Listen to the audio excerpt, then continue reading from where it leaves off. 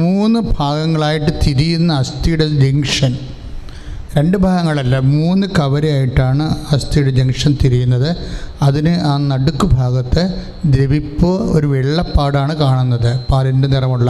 അസ്ഥിക്ക് ദന്തനിറമാണെങ്കിലും ആ വെള്ളപ്പാട് പാലിൻ്റെ നിറമാണ്. അവിടെയാണ് അപ്പം ഇൻഫെക്ഷൻ ഉള്ളത്.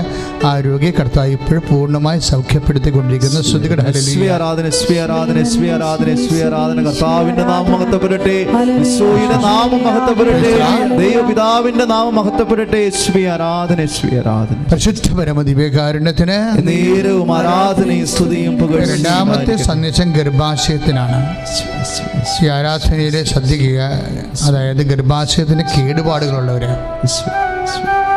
അവന് ഗർഭാശയത്തിൻ്റെ ഉള്ളിലെ കുഞ്ഞിനെ വഹിക്കാൻ നിവൃത്തിയില്ലാത്തവര്, അവന് ഗർഭാശയത്തിന് മുഴയുള്ളവര്, മറ്റ് രോഗങ്ങളുള്ളവര്, ഗർഭാശയ സംബന്ധമായിട്ടുണ്ടാകുന്ന എല്ലാ രോഗങ്ങളുള്ളവർ ഈ ആരാധനയിൽ മുഴുവൻ സമയങ്ങളും വളരെ ചൈതന്യത്തോടു കൂടി പങ്കെടുത്ത് സാക്ഷ്യം പറയാൻ, ദൈവം നിന്നെ ഇപ്പോഴീ വിഷയത്തിൽ അവിടുത്തെ വിശുദ്ധമായ വലത് കരുത്താൽ നിൻ്റെ അടിവയറ്റ് സ്പർശിച്ചുകൊണ്ട് നിന്നെ സൗഖ്യപ്പെടുത്തി ദൈവത്തിൻ്റെ സാക്ഷിയാക്കി നിന്നെ മാറ്റുകയാണ്.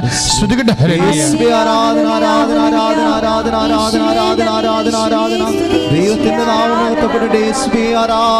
മൂന്നാമത്തെ സന്ദേശം രാജ്യങ്ങളെ സമർപ്പിച്ച് പ്രാർത്ഥിക്കാൻ പറഞ്ഞിരിക്കുകയാണ്. അത് പ്രത്യേകിച്ച് ഓസ്ട്രേലിയ ഈശോ മാപ്പ് പോലെ തന്നെയാണ് ദർശനത്തിലുള്ളത്. ഈ നിമിഷങ്ങളിൽ പ്രത്യേകിച്ച് ഓസ്ട്രേലിയയിൽ കുടുങ്ങിപ്പോയവരെ, അല്ലെങ്കിൽ രോഗാവസ്ഥയിൽ പെട്ടുപോയവരെ, ജോലി നഷ്ടപ്പെട്ടവരെ, അതിനുവേണ്ടി ശ്രമിക്കുന്നവരെ, ആ രാജ്യത്തിൽ മൂലം നിങ്ങൾക്കുണ്ടായിട്ടുള്ള വിഷമതകൾ, ചിലപ്പോൾ വാടക വീടിൽ തന്നെ താമസിക്കുന്നതായിരിക്കാം, അത് വലിയ വാടകയായി മാറിക്കാണുമായിരിക്കും. നിങ്ങൾക്കൊരു വീട് കിട്ടാൻ അന്വേഷിക്കുന്നുണ്ടാകാം, അത് കിട്ടുന്നില്ലായിരിക്കാം. അത് തന്നെ ആ വീടിൻ്റെ രാജ്യത്ത് തന്നെ ഉണ്ടാകുന്ന മാനസിക തകർച്ചയിൽ കഴിയുന്ന മാതാപിതാ ഭാര്യ ഭർത്താക്കന്മാർ, ജോലി 2 സ്ഥലത്തേക്ക് അവർ ഒരുമിച്ച് താമസിക്കാൻ പറ്റാത്ത അവസ്ഥകൾ, ഇങ്ങനെ കുഞ്ഞുങ്ങളുടെ ബ്രോട്ടപ്പും അവരുടെ എഡ്യൂക്കേഷനോട് സംബന്ധിക്കുന്ന വിഷയങ്ങൾ എല്ലാം ഈ സമയം സമർപ്പിക്കട്ടെ. അല്ലെങ്കിൽ ഈ സമയത്ത് തന്നെ രാജ്യങ്ങൾ, വ്യത്യസ്തമായ രാജ്യങ്ങളിൽ അകപ്പെട്ട് ഇതുപോലെ അവസ്ഥയിൽ കഴിയുന്ന എല്ലാ മക്കൾക്കും പ്രാർത്ഥിക്കാവുന്നതാണ്. കർത്താവ് ഒരു നിമിത്തങ്ങൾ കാണിച്ചു തന്നേ ഉള്ളൂ, കർത്താവ് ഒരു അടയാളം കാണിച്ചു തന്നേ ഉള്ളൂ. ആശ്ചര്യം മാത്രമല്ല, വ്യത്യസ്തങ്ങളായ രാജ്യങ്ങളിലുള്ള മക്കൾക്കും ഇപ്പോഴും ഈ വിഷയത്തെ കുറിച്ച് പ്രാർത്ഥിക്കാം. ഞാൻ പറഞ്ഞ വിഷയങ്ങളിലെല്ലാം അതായത് ഗവൺമെന്റ് ലെവലിൽ നിങ്ങൾക്ക് ലഭിക്കേണ്ട പേപ്പർ ലഭിക്കാതിരിക്കുകയും നിങ്ങളുടെ അവിടുത്തെ ജോലി പരിങ്ങലാകുകയും ചെയ്യിക്കുന്ന മുഴുവൻ സാഹചര്യങ്ങൾ പ്രാർത്ഥിക്കട്ടെ. ദൈവമേ, ഇപ്പോഴും അങ്ങയുടെ നാമത്തിൽ കൈവർത്തിക്കൊണ്ട് അധികം പ്രാർത്ഥിക്കുന്ന കർത്താവ്, ഈ ആസ്ട്രേലിയ ഉൾപ്പെടെയുള്ള വ്യത്യസ്തങ്ങളായ രാജ്യങ്ങളിൽ വിവിധങ്ങളായ ജീവിത പ്രശ്നങ്ങളുമായി വേദനിക്കുന്നവരെ, ജോലി സംബന്ധമായ വിഷയങ്ങൾ വേദനിക്കുന്നവരെ, രോഗ സംബന്ധമായ വിഷയങ്ങൾ വേദനിക്കുന്നവരെ, കുടുംബപരമായ കാര്യങ്ങൾ വേദനിക്കുന്നവരെ, കുഞ്ഞുങ്ങൾ സംബന്ധിക്കുന്ന കാര്യങ്ങൾ വേദനിക്കുന്നവരെ, മുഴുവൻ ദോഷങ്ങളും തടസ്സങ്ങളും പരിശുദ്ധമ്മ ആൾക്കാരെ ജീവനോടെ പ്രത്യക്ഷപ്പെട്ട പരിശുദ്ധമ്മയുടെ മധ്യസ്ഥത്തിലെ കൃപാസനത്തിലെ വലിയ വലിയ സാക്ഷ്യങ്ങളാണ് ആൾക്കാർ വന്ന് പറഞ്ഞുകൊണ്ടിരിക്കുന്നത്. മിക്കവാർക്കും എല്ലാ സാക്ഷ്യങ്ങൾക്കും തന്നെ 39,000, 34,000, 27,000 പേരൊക്കെ വ്യൂവേഴ്സ് ഉണ്ട്. അപ്പം അത്രയും നല്ല സാക്ഷ്യങ്ങളാണ്. അതിലൊരു സാക്ഷ്യം ഞാൻ ഈ ദിവസങ്ങളിൽ എൻ്റെ ശ്രദ്ധയിൽപ്പെട്ടത്, എല്ലാ സാക്ഷ്യങ്ങളും ശ്രദ്ധയിൽപ്പെട്ടിട്ടുണ്ട്. അതിൽ ഒരു സാക്ഷ്യം ഒരു വലിയമ്മച്ച സാക്ഷിയാണ്. അപ്പം ഞാനത് പറയുമ്പോൾ ഇവിടെ ഇരിക്കുന്നുണ്ടായിരുന്നു സൈഡിലെ ആ സാക്ഷ്യം പറയുമ്പോൾ, അത് ഒരു കൊല്ലമോ 1.5 കൊല്ലമോ മുമ്പ് നടന്ന ഒരു വലിയ കാര്യമാണ്. ആലപ്പുഴയിൽ നിന്ന് വന്നൊരു സഹോദരിയാണ് ആ സാക്ഷ്യം പറഞ്ഞത്. അതിൻ്റെ വിഷയം ഞാനത് നിങ്ങളോട് പറയാൻ പോകുന്നത് എന്താണെന്ന് വെച്ച് കഴിഞ്ഞാൽ, ആ സാക്ഷ്യമല്ല പറയാൻ പോകുന്നത്. ആ സാക്ഷ്യം നടന്ന ഒരു സാഹചര്യമുണ്ട്. അത് നമ്മൾ അറിയണമെങ്കിൽ ഇത് മർമ്മം എന്ന് പറയും, അതായത് അനുഗ്രഹത്തിൻ്റെ മർമ്മം. അനുഗ്രഹത്തിൻ്റെ മർമ്മം അറിഞ്ഞു കഴിഞ്ഞാൽ നമ്മൾക്ക് അനുഗ്രഹവും ആശ്വാസവും പ്രാപിക്കാൻ കഴിയും. അതായത് ഈ വിഷയം ഇതാണ്. ഒരു വല്യമ്മച്ചിയാണ്, എങ്ങനെ നല്ല വയസ്സ്, നല്ല പ്രായമുണ്ട്. ഇപ്പം വല്യമ്മച്ചിക്ക് ഹാർട്ടിന് ബ്ലോക്ക്. അപ്പം എൻ്റെ ഓപ്പറേഷൻ കഴിഞ്ഞു. അപ്പോൾ അമ്മയുടെ പ്രഷർ ഡൗണായി. അപ്പോൾ വീണ്ടും ഹൃദയം തുറന്ന് ശസ്ത്രക്രിയ നടത്തി. അത് പിന്നെയും തുന്നിക്കെട്ടി വീട്ടിൽ കൊണ്ടുപോയി. ഒരാഴ്ച കഴിഞ്ഞപ്പോൾ വീണ്ടും പ്രഷർ ലോ ആയി. വീണ്ടും ഹോസ്പിറ്റലിൽ കൊണ്ടുപോകുന്നു. അപ്പോൾ ഡോക്ടർ മനസ്സിലാക്കി ഈ ശ്വാസകോശത്തിൽ ഫ്ലൂയിഡ് കെട്ടിക്കിടക്കുകയാണ്. അപ്പോൾ അത് വലിച്ചെടുത്തപ്പോൾ, സക്ക് ചെയ്തെടുത്തപ്പോൾ അതിൽ ബ്ലഡും ഉണ്ട്, പസ്സും ഉണ്ട്, പഴുപ്പും ഉണ്ട്. അപ്പോൾ ഇൻഫെക്ഷനാണെന്ന് ഡോക്ടർ മനസ്സിലായി.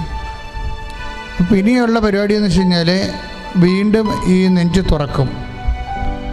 കാര്യം എന്താ കാര്യം വെച്ചാൽ ഈ ഇൻഫെക്ഷൻ, പഴുപ്പ് എല്ലാ എല്ലുകളിലേക്കും കയറിയിരിക്കുകയാണ്. ഇൻഫെക്ഷൻ എല്ലാ എല്ലുകളിലേക്കും കയറി. അപ്പോൾ പിന്നെ അവർ ചുരണ്ടിക്കളയാനുള്ള പറ്റത്തുള്ളൂ. ചുരണ്ടിക്കളയാൻ, അതാണ് പിന്നെ ഉള്ളൊരു മാർഗം. ഇവർക്ക് ഉറക്കമില്ല,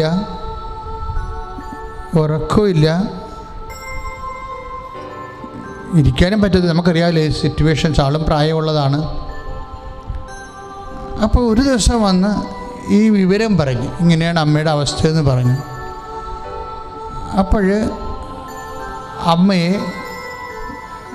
പേര് എടുത്ത് സമർപ്പിച്ച് നമ്മൾ പ്രാർത്ഥിക്കും. പ്രാർത്ഥിച്ചു കഴിഞ്ഞ ദിവസം അന്ന് രാത്രി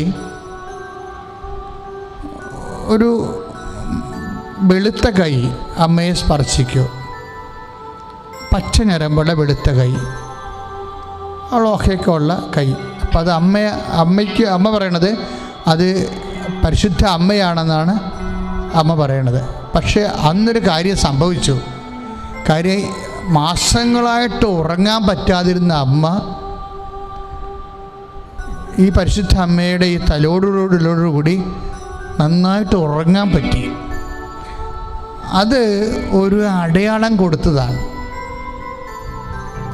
അടയാളം ആദ്യത്തെ, ഇപ്പം അടയാളം ഇതുപോലെ നമ്മുടെ ജീവിതത്തിൽ ഉടമ്പടി ഇരിക്കുന്നവർ ആദ്യം ചെറിയ സ്ലൈറ്റ് മിറക്കിൾ സംഭവിക്കുമ്പോൾ ഇത് ഇത്രയേ ഉള്ള, ഇത് ചെറിയൊരു കാര്യമല്ലേ എന്ന് വിചാരിച്ച് നിങ്ങൾ തള്ളിക്കളയരുത്. അതാണ് ഞാനിത് പറയാൻ കാര്യം.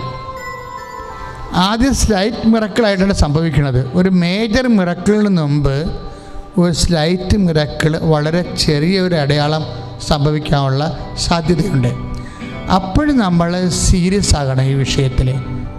കാര്യം വേറെ ഒരു സാക്ഷി, കണ്ണൂരത്തെ ഒരു സാറിൻ്റെ ഒരു സാക്ഷിയുണ്ട്. ആ സാറിൻ്റെ സാക്ഷി ഈ ആഴ്ച നടന്നതാണ്. അതും 37,000 പേര് കണ്ട. അതായത് സാറിനെ സംബന്ധിച്ചിടത്തോളം ആദ്യം ഉണ്ടായ സാക്ഷ്യം,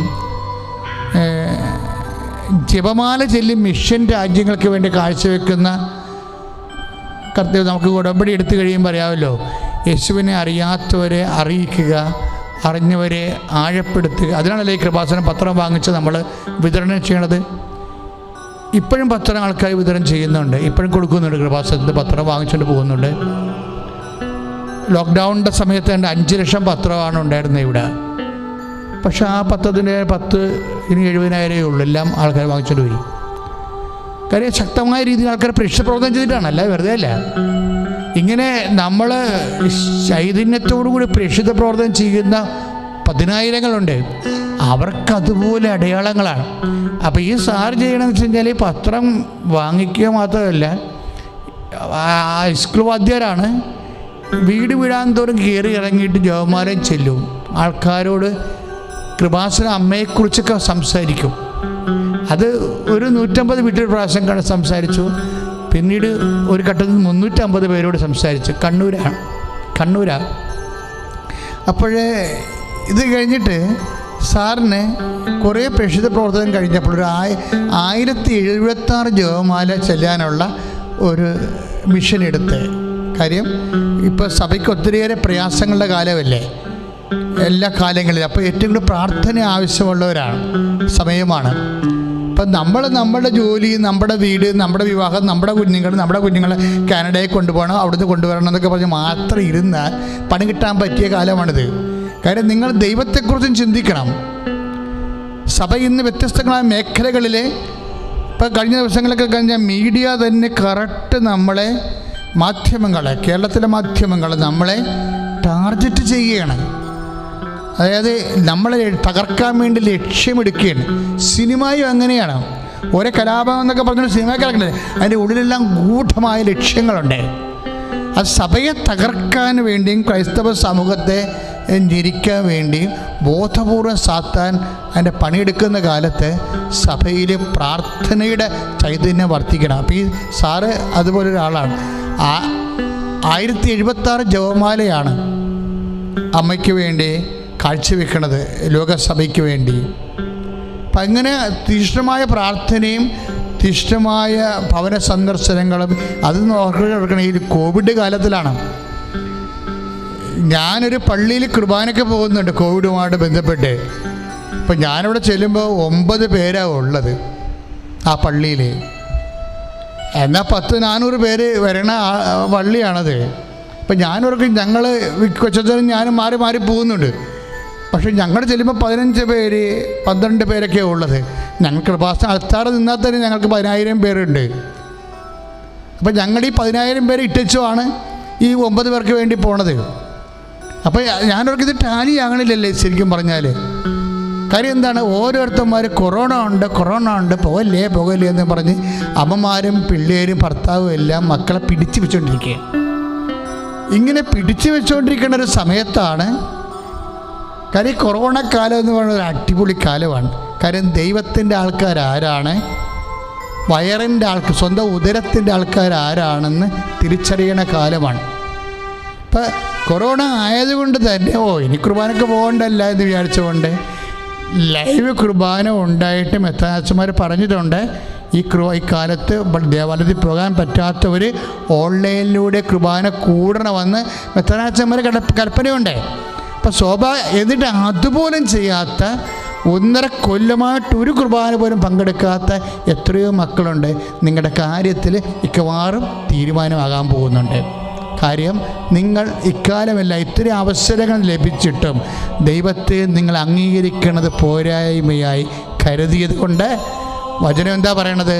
1:28 റോമാലേഖനം 1:28 എന്നാ പറയണത്?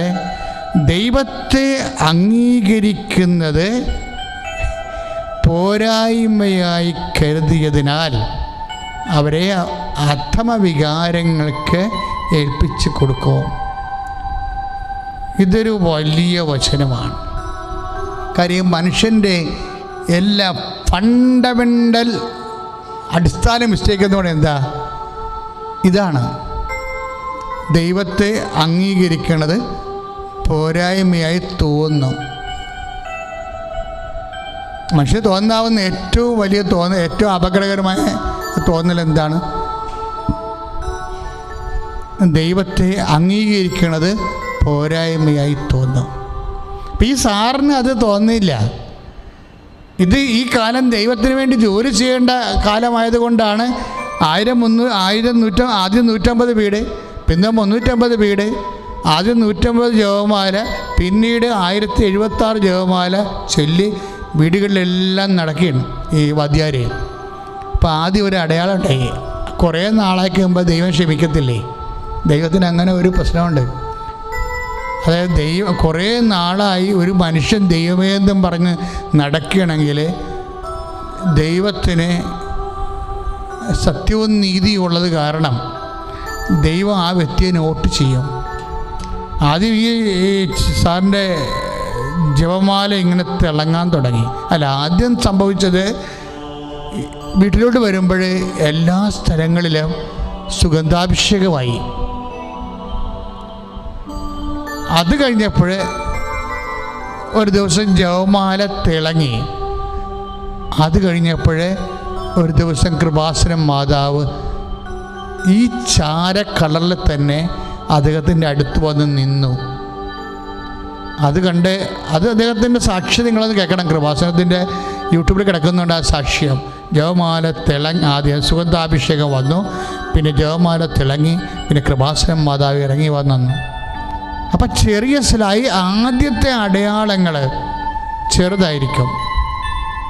അപ്പം ചെറുതായിരിക്കുമ്പോൾ പിന്നീട് ആ വലിയ അടയാളങ്ങളിലേക്ക് നമ്മളെ ദൈവം കൊണ്ടുപോവുകയാണ് ചെയ്യണത്. ഇതുപോലെ ഈ അമ്മച്ചിക്ക് എന്താ സംഭവിച്ചിരിക്കണത്? ആദ്യം അമ്മച്ചിയുടെ പേര് പറഞ്ഞ് പ്രാർത്ഥിച്ച ഉടനെ മഞ്ഞുപോലത്തെ ഒരു കൈ വന്ന് അന്ന് രാത്രി അമ്മയെ സ്പർശിക്കും. പച്ച ഞരമ്പുകളുള്ള കാതറിൻ ജോഷിയാണ് ആലപ്പുഴയിൽ നിന്ന് ആ സാക്ഷ്യം പറഞ്ഞിരിക്കുന്നത്. അമ്മച്ചിയുടെ മോളാണ്, ടീച്ചറാണ്. അതിസുന്ദരമായൊരു സാക്ഷ്യമാണ്.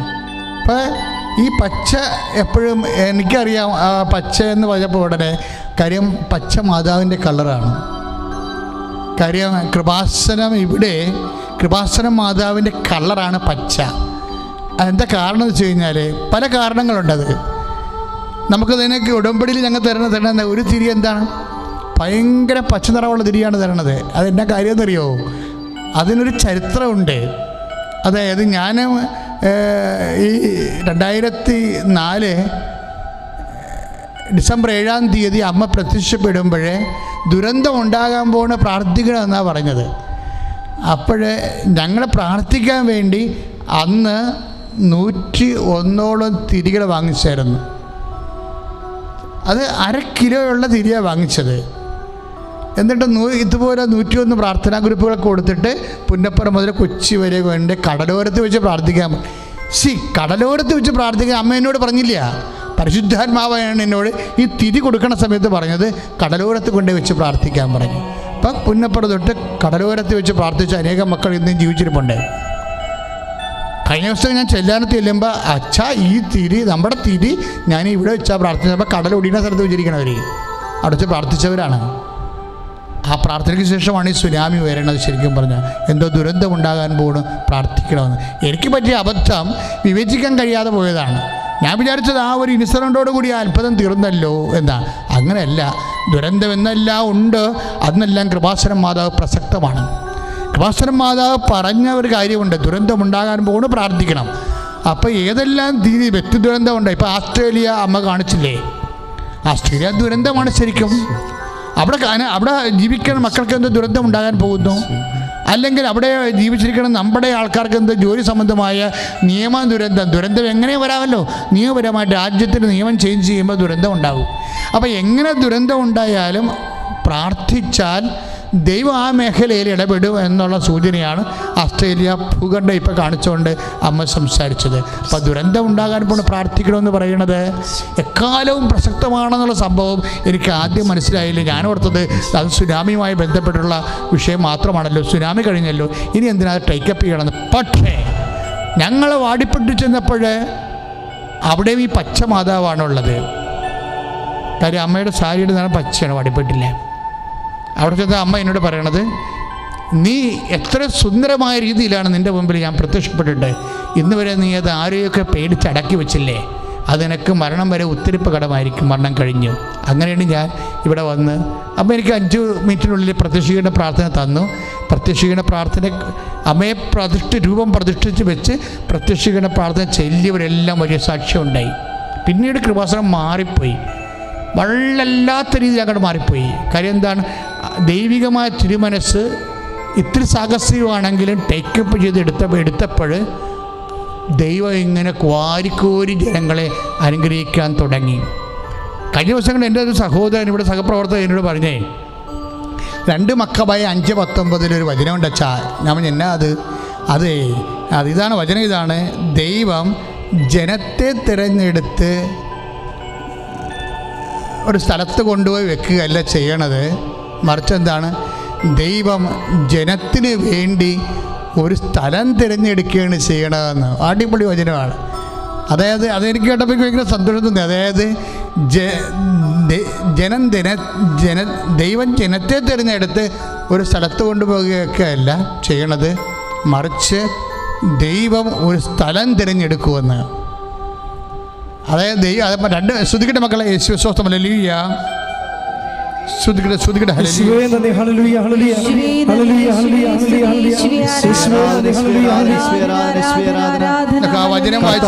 വിശുദ്ധ സ്ഥലത്തിന് വേണ്ടി ജനത്തെ തിരഞ്ഞെടുക്കുകയല്ല, ജനത്തിന് വേണ്ടി സ്ഥലം തിരഞ്ഞെടുക്കുകയാണ് ചെയ്തത്. അതാണ് 2 പത്രോസ് 5:19. അതായത് ദൈവം ജനത്തിന് വേണ്ടി ഒരു സ്ഥലം തിരഞ്ഞെടുക്കുകയാണ് ചെയ്തത്. ഒരു സ്ഥലം തിരഞ്ഞെടുക്കുകയാണ് ചെയ്തത്. വിശുദ്ധ സ്ഥലത്തിന് വേണ്ടി ജനത്തെ തിരഞ്ഞെടുക്കുകയല്ല. അപ്പോഴേ എപ്പോഴും നമ്മൾ ശ്രദ്ധിക്കേണ്ട കാര്യം, ദൈവം തിരഞ്ഞെടുത്ത സ്ഥലമാണിത്. അതുകൊണ്ടാണ് ഈ സ്ഥലത്ത് വന്ന് ജനങ്ങൾ പ്രാർത്ഥിക്കുമ്പോൾ ജനത്തിന് ദൈവാനുഗ്രഹം വരണം കാര്യം. ഇതുപോലെയുള്ള എല്ലാ തീർത്ഥാടനങ്ങളും, അതായത് ദൈവം ഒരു സ്ഥലം തിരഞ്ഞെടുക്കും. ആർക്ക് വേണ്ടിയാണ്? ജനത്തിന് വേണ്ടിയാണ്. അപ്പോൾ ആ തിരഞ്ഞെടുക്കപ്പെട്ട സ്ഥലത്ത് വരുമ്പോൾ അവിടെ നടത്തുന്ന പ്രാർത്ഥനകളിൽ ദൈവം ആ മക്കളെ അനുഗ്രഹിക്കും.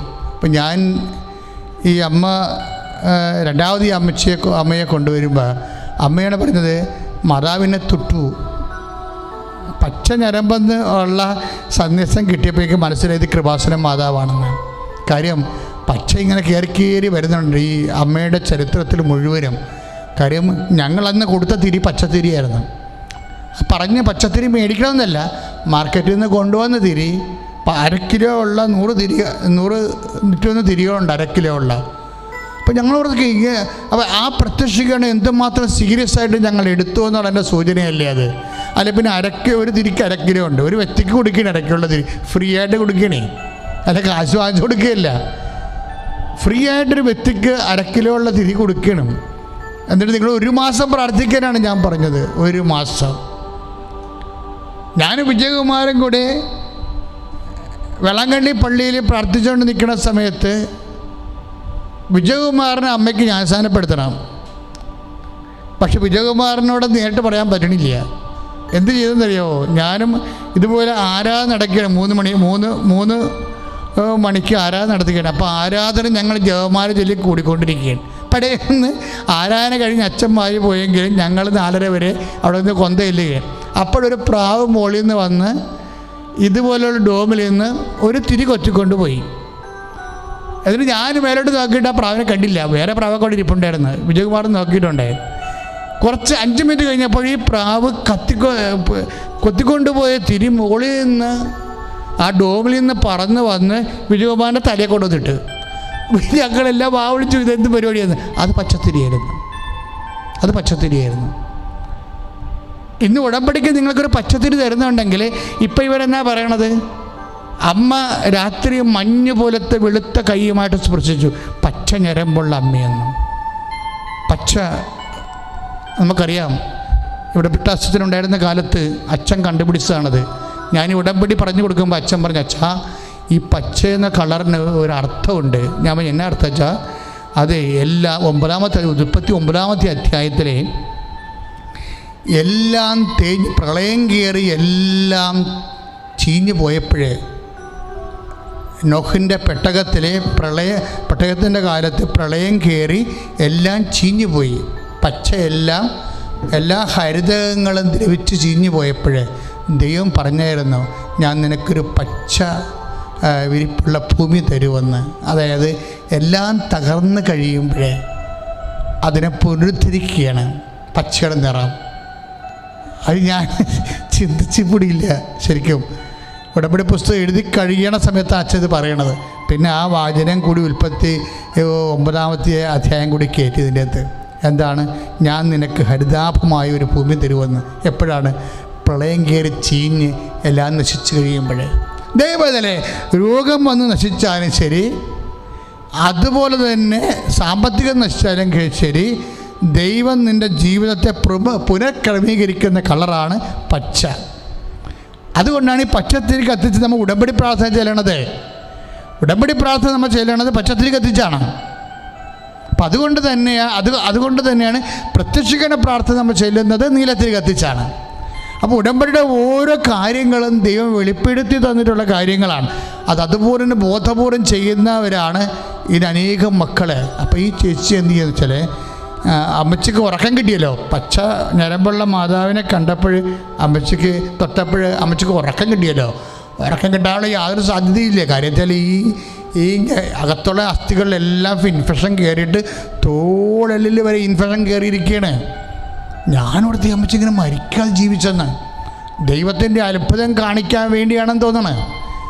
അപ്പോൾ ഡോക്ടറുടെ അടുത്ത് ചെന്നപ്പോൾ ഡോക്ടർ പിന്നീട് അവർക്ക് എപ്പോഴും ഹോസ്പിറ്റലിൽ കഴിഞ്ഞിട്ട് ഈ പസ്സില്ലേ പതിരയുടെ ഉള്ളിലുള്ള അതായത് പതിരയുടെ ഉള്ളിലുള്ള പസ്, അതായത് പഴുപ്പും ചോരയില്ലേ, അത് എപ്പോഴും മാറ്റണമെങ്കിൽ ആശുപത്രി കിടക്കണ്ടേ.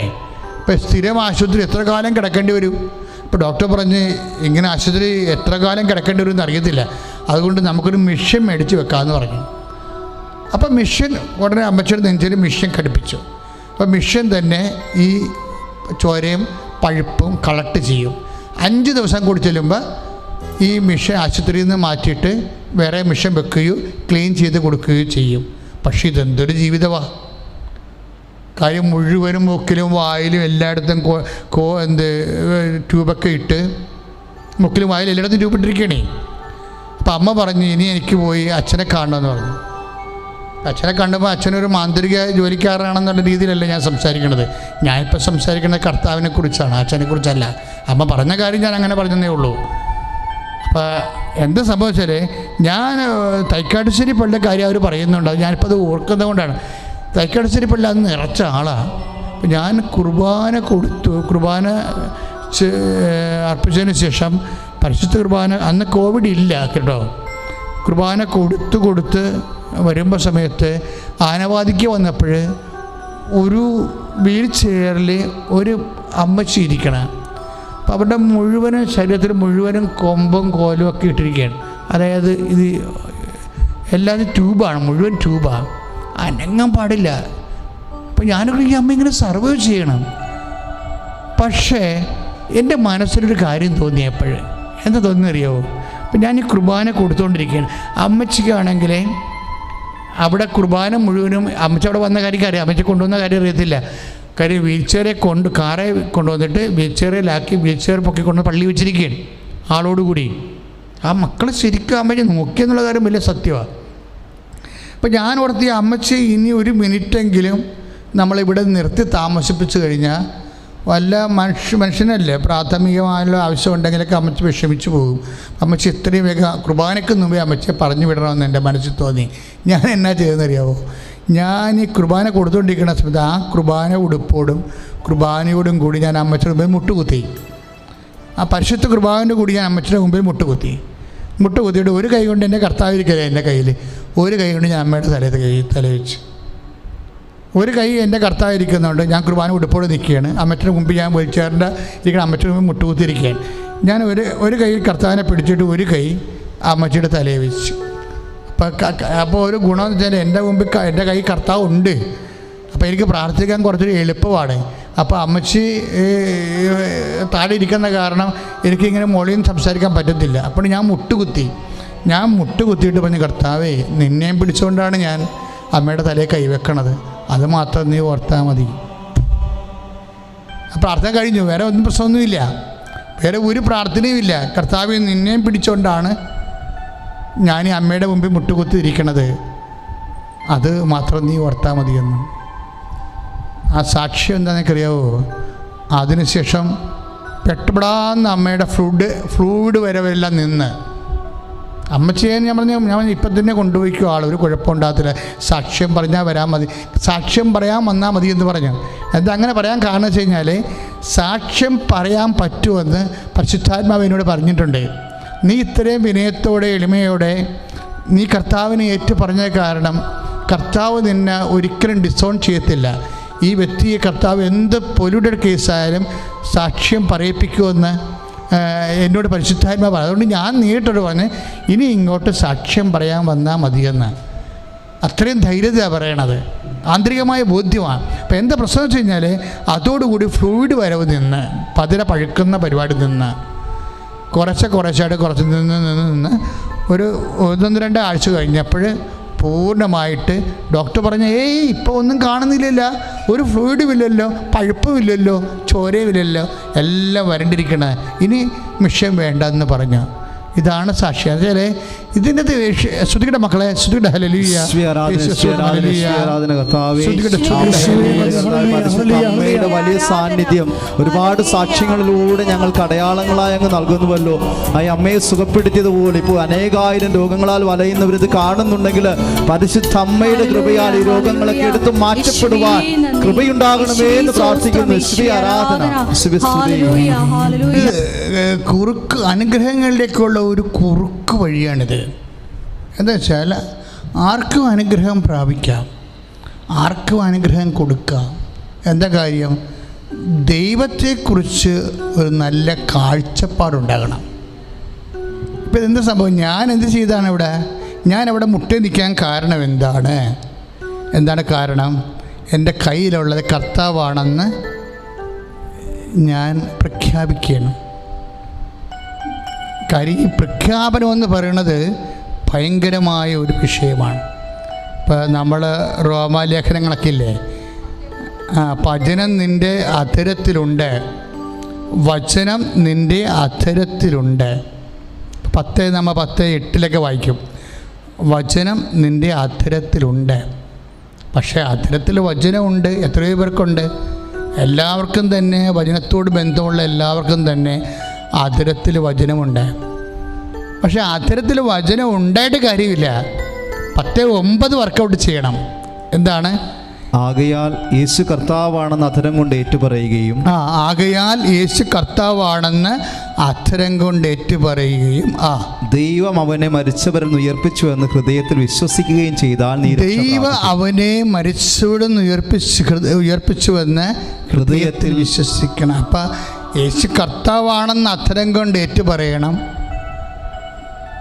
അപ്പോൾ നമ്മൾ കാണുമ്പോൾ ആ മിഷനല്ല കർത്താവ്, ആ മിഷനാണ് കർത്താവെന്ന് നമ്മൾ ധരിച്ചാൽ സ്വാഭാവികമായിട്ടും നമുക്കവിടെ മുട്ടുകുത്താൻ പറ്റത്തില്ല. ഇനി ആ മിഷൻ വെച്ച ഡോക്ടറാണ് കർത്താവെന്ന് പറഞ്ഞാലും നമുക്ക് അവിടെ മുട്ടുകുത്താൻ പറ്റത്തില്ല. ഇവിടെ എന്താ പ്രശ്നം? യേശു കർത്താവാണെന്ന് നമ്മൾ വിശ്വസിക്കണം. കാര്യം പതിരെ പഴുപ്പുണ്ടെങ്കിലും ആ പഴുപ്പുണ്ടാക്കുന്ന ഇൻഫെക്ഷൻ്റെ സാഹചര്യങ്ങളുടെ മേലെല്ലാം കർത്താവായിരിക്കുന്നത് ആരാണ്? യേശുവാണ്. പതിരുടെയും പഴുപ്പിൻ്റെയും കർത്താവ് യേശുവാണ്. പഴുപ്പിനും പതിരയ്ക്കും മേലാണ് എൻ്റെ കർത്താവ് എന്ന് ഞാൻ എൻ്റെ അധരം കൊണ്ട് ഏറ്റുപറഞ്ഞിട്ട് ഹൃദയത്തിൽ വിശ്വസിച്ചുകൊണ്ടാണ് അവിടെ മുട്ടേ നിൽക്കുന്നത്. മുട്ടേ നിൽക്കുമ്പോൾ അതാണ് പിന്നെ അനുഗ്രഹം പെട്ടെന്നാണ് ഒരു മനുഷ്യരിലേക്ക് വരുന്നത്.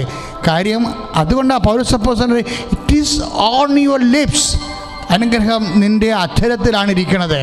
പക്ഷേ എന്ത് ചെയ്യണം? അതാണ് 10:8. എന്ത് ചെയ്യണം? നീ അത് പ്രഖ്യാപിക്കണം. എന്ത് പ്രഖ്യാപിക്കണം? യേശു കർത്താവാണെന്ന് 10:9 റോമാലേഖനം അനുസരിച്ചുകൊണ്ട് പ്രഖ്യാപിക്കണം. വെറുതെ പ്രഖ്യാപിക്കാൻ പറ്റത്തില്ല, അതിൻ്റെ ഒരു ബോഡി ലാംഗ്വേജ് ഉണ്ട്. ഞാൻ തിരുവോസ്തിയും പിടിച്ചുകൊണ്ട് 100 മനുഷ്യരുടെ മുമ്പിൽ നടുക്കാണ് ഞാൻ മുട്ടേ നിൽക്കുന്നത്. അപ്പോൾ അവരുടെ എല്ലാവരുടെയും മുമ്പിൽ ഞാൻ എൻ്റെ കർത്താവാണ് ഏറ്റുപറയുകയാണ്. അധരം കൊണ്ട് ഏറ്റുപറയുന്ന അവയവങ്ങളിൽ ഞാൻ പ്രകടിപ്പിക്കുകയാണ്. ഞാൻ മുട്ടി നിൽക്കുമ്പോൾ എൻ്റെ അവയവങ്ങൾ അത് പ്രഖ്യാപിക്കണം. എന്താണ്? യേശുവാണ് കർത്താവെന്ന്. അപ്പോൾ യേശുവാണ് കർത്താവെന്ന് ഞാൻ പറഞ്ഞാൽ ദൈവം അവന് മരിച്ചവൻ ഉയർപ്പിച്ചവനാണ് അവനെന്ന് ഞാൻ ഹൃദയത്തിൽ വിശ്വസിക്കുന്നത് കൊണ്ടാണ് ഞാനവിടെ മുട്ടേ നിന്നുകൊണ്ട് ഈ ചേച്ചിയോട് പറയണത്, കർത്താവിനോട് പറഞ്ഞു, കർത്താവേ നിൻ്റെ നാമത്തിലാണ് ഞാൻ മുട്ടേ നിൽക്കണമെന്ന് നീ ഓർത്താൽ മാത്രം മതിയെന്ന്. ബാക്കിയെല്ലാം വേണ്ട പോലെ നടന്നോളൂ എന്നാണ്. ഇതാണ്. അതായത് ദൈവത്തെ നമ്മൾ അംഗീകരിക്കുകയാണ്. ഇവിടെ എല്ലായിടത്തും വരുന്നൊരു വിഷയം, പലർക്കും ദൈവത്തെ അംഗീകരിക്കുന്നതാണ് ഒരു പോരായ്മ. പൗലോസ് അത് പറയുന്നുണ്ട്. ശരിക്കും അത് നിസ്സാര പോരായ്മ അല്ല. ദൈവത്തെ അംഗീകരിക്കുന്നത് പോരായ്മയായി കരുതുന്നതാണ് ഒരു മനുഷ്യൻ്റെ ദുരന്തം. ഇപ്പം നമ്മൾ റോമ 1:8 അല്ലെ 1:28 റോമ 1:28 വായിക്കണത് നിസ്സാര വചനമല്ല. എന്താണത്? ഒരു മനുഷ്യൻ്റെ ദുരന്തം എന്താണ്? ദൈവത്തെ അംഗീകരിക്കുന്നത് പോരായ്മയവർ കരുതിയ നിമിത്തം അധമവികാരത്തിനും അനുചിത പ്രവൃത്തികൾക്കും ദൈവം അവരെ വിട്ടു. പ്രശ്നം തീർന്ന്. കാര്യം സംരക്ഷണം പോവുകയാണ്. ഇത് അതായത് അധമവികാരങ്ങൾക്ക് അനുചിത പ്രവൃത്തികളും വരണ എന്താ കാര്യം? ദൈവത്തെ അംഗീകരിക്കണത് പോരായ്മയായിട്ടാണ്, കുറവായിട്ട് തോന്നി. ഒരു കുറവായിട്ട് തോന്നുമ്പോൾ എന്നാ പറ്റും? സംരക്ഷണം പോകും. കാര്യം മനുഷ്യൻ്റെ ഏറ്റവും വലിയ സംഭവം എന്താ? സംരക്ഷണമാണ്. ആ സംരക്ഷണം പോയി കഴിഞ്ഞാൽ പിന്നീട് അനുചിത പ്രവൃത്തികളുണ്ടാകും, അധമവികാരങ്ങളുണ്ടാകും. ഈ ആദ്യ പാപം മുതൽ ഇത് തന്നെ സംഭവം, പുതിയ കാര്യമല്ല ഇത്. ഇപ്പം ആദ്യ പാപം തന്നെ എന്താ സംഭവം? ഹവ്വായോട് എന്താ പറയണത്? ദൈവം പറഞ്ഞിട്ടുണ്ട്, തോട്ടത്തിൻ്റെ നടുവിൽ നിൽക്കുന്ന വൃക്ഷത്തിൽ നിന്ന് നിങ്ങൾ പഴം കഴിക്കരുത് എന്ന് വേറെ ഒരു വചനത്തിനൊരു പ്രതിവചനം വന്നാൽ, ബദൽ വചനത്തിന് ബദൽ വചനം എപ്പോഴും വരും. നമ്മുടെ വീടുകളിലും ഉണ്ടാവും വചനം, ബദൽ വചനം. അപ്പോൾ ഇന്ന് അയ്യോ ഇപ്പം പോയ എവങ്കേലി അച്ഛൻ വായിക്കണ മുമ്പ് ഓടിയെത്താൻ പറ്റുമായിരിക്കും എന്ന് പറഞ്ഞ് ഒരാൾ കുർബാനയ്ക്ക് വേണ്ടി പള്ളിയിലേക്ക് പോകുമ്പോൾ അവിടെ ആക്രാന്തം മൂത്ത് ഭക്ഷണത്തിന് വേണ്ടി ഇരിക്കുന്ന മക്കൾ അല്ലെങ്കിൽ അപ്പം പറയും, ഇപ്പം എന്തിനാ പോണ, യൂട്യൂബിലാണെങ്കിലും കുർബാനയുടെ കണ്ടാൽ മതിയല്ല എന്ന് പറയണം ബദൽ വചനം എന്ന് പറയണത്. അപ്പോൾ പോകണ്ടേ എന്ന് പറഞ്ഞുകൊണ്ട് ചേർത്തി സാരി കഴിക്കും, സാരി ഉടുക്കും, അങ്ങനെ അവസാനം എന്നാൽ ഇനിയിപ്പോൾ സമയം പോയില്ല എന്ന് പറയുമ്പോൾ ഇതാണ് ബദൽ വചനം. ബദൽ വചനമാണ്. വചനം എപ്പോഴും കർത്താവ് ബദൽ വചനത്തിന് വിധേയമാക്കിയിരിക്കുകയാണ്. വചനത്തിന് എപ്പോഴും ബദൽ വചനം ഉണ്ടാവും. ആരെങ്കിലും കയറി ഒരു ഗോളടിക്കും, എന്താണ് ഒരു കവിള് പറയുന്നത് പറഞ്ഞല്ലേ, ആരെങ്കിലും കയറി ഒരു കവിള് പറയും. കർത്താവിൻ്റെ ഒരു കാലം എടുക്കുമ്പോൾ ആരെങ്കിലും കയറി ഒരു കവിളടിക്കും. അതിനാണ് ബദൽ വചനം എന്ന് പറയുന്നത്.